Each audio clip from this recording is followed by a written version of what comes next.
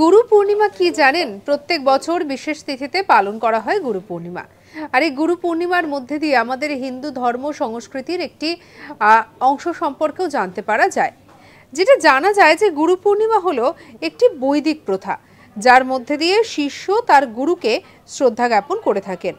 আষাঢ় মাসের পূর্ণিমা তিথিতে পালন করা হয় এই গুরু পূর্ণিমা। এবং যেটা দেখা যায় যে হিন্দু ধর্মাবলম্বীদের বিশ্বাস, এই তিথিতেই মুনি পরাশর এবং সত্যবতীর ঘরে মহাভারতের রচয়িতা মহর্ষি বেদব্যাসের জন্ম হয়।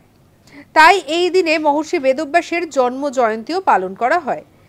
এছাড়াও হিন্দু ধর্ম অনুযায়ী যে তিনি 4টি বেদের ব্যাখ্যা করেছিলেন, বেদ বিভাজনের কৃতিত্বও তাকেই দেওয়া হয়।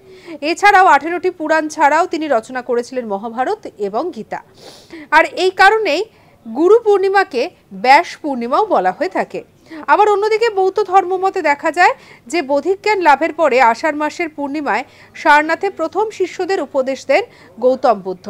তাই এবং হিন্দু বৌদ্ধ মতেই এই দুই মতেই রয়েছে গুরু পূর্ণিমার আলাদা আলাদা ব্যাখ্যা। সাবস্ক্রাইব করতে ভুলবেন না আজ তাক বাংলাকে।